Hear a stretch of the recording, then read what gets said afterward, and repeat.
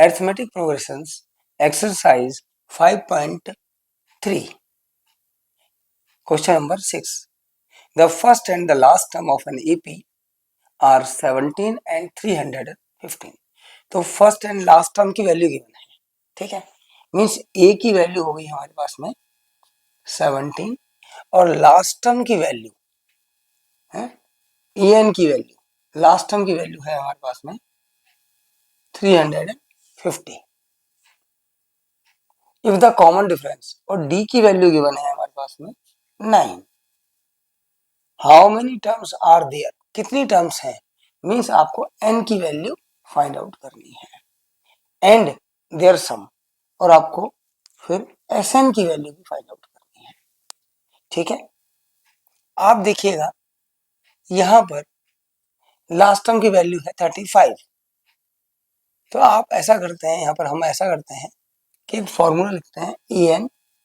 Equal to a plus n minus 1d, ठीक है। अभी ऊपर बताया था L और En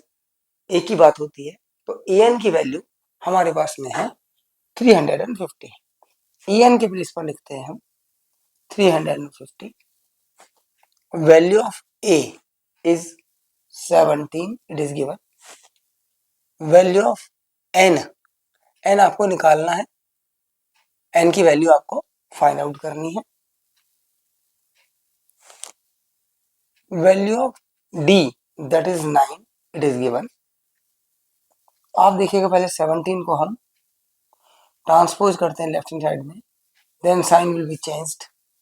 n माइनस 1d, तो 17 को जब हम 350 से माइनस करेंगे तो आएगा आपका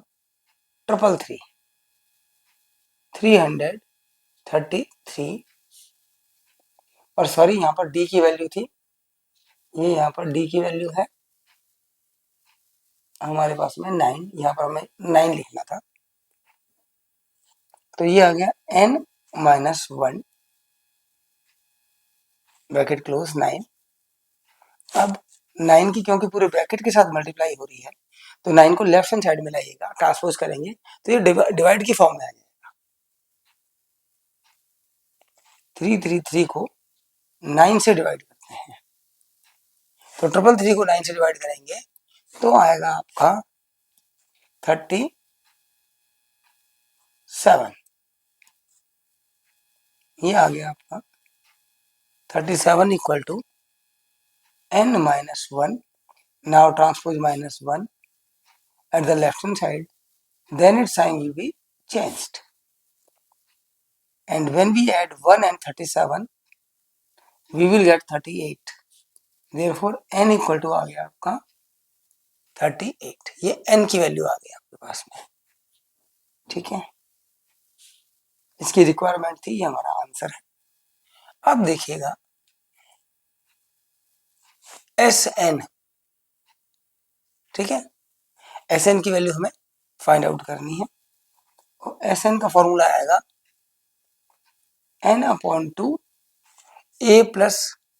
l वाला फॉर्मूला आएगा, because value of the last term is given, तो ये Sn की वैल्यू हमें फाइंड आउट करनी है, ठीक है। और n की वैल्यू हमारे पास में आई है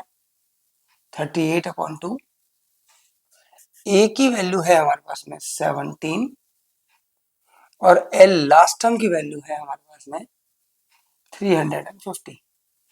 तो 38 को 2 से डिवाइड करेंगे तो आएगा हमारे पास में 19, ये हो गया आपका Sn equal to 19, when we add 350 and 17 we will get 367, और जब 367 को 19 से मल्टीप्लाई करेंगे तो आएगा 6973, तो ये Sn की वैल्यू हमारे पास में आ गई, ठीक है ना। तो हमें Sn की वैल्यू और n की वैल्यू फाइंड आउट करनी थी, तो ये हो गया हमारा, यहाँ पर n की वैल्यू हो गई हमारे पास में 38 और Sn की वैल्यू हो गई 6973